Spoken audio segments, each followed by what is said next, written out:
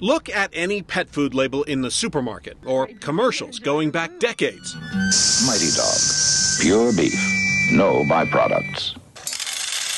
The message? Real meat equals better. Our pets eat a lot of meat. A UCLA study found that if the 163 million dogs and cats in the U.S. were a country, they'd be the fifth largest meat eaters on Earth. And processing all that meat releases 64 million tons of global warming carbon dioxide every year. Numbers like that got Rich Kellerman thinking about the impact of meat-eating pets on the environment.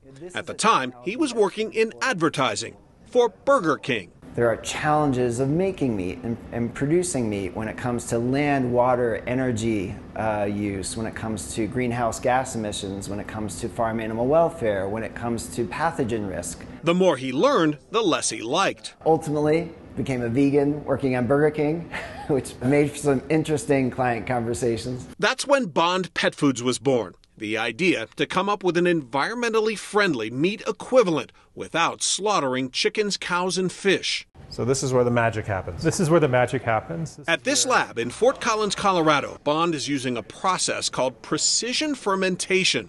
It started with a free-range chicken. We literally went to a heritage chicken farm outside of Topeka, Kansas, and we found a chicken named Inga. And we got a little bit of sample of her blood. Inga is still alive, and in these machines, protein extracted from her DNA is combined with yeast. New chicken protein is literally brewed, kind of like making beer. We're going to take the yeast here, we're going to get rid of all that liquid on top. We're going to dry it down. The result is ground into a chicken protein powder.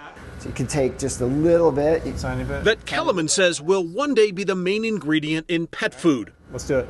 We put the powder to a taste test. It definitely tastes like a dried chicken almost. You can make out that chicken flavor. Once Bond's protein gets the necessary approvals, including from the FDA, Kellerman says the next step will be convincing pet owners to buy it. It is essentially brewing meat, and there's a craft to that. Yeah. And I think us celebrating that and articulating that would be attractive to a certain type of person. There is growing evidence that consumers, investors, and pet food companies are hot on meat alternatives.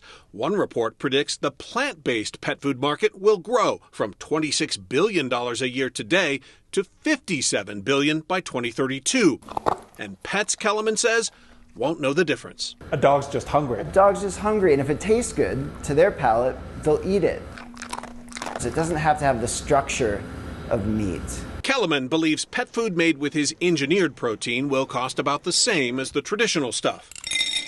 And while Fido may love meatless dog food, the company hopes pet parents will also have an appetite for helping the environment.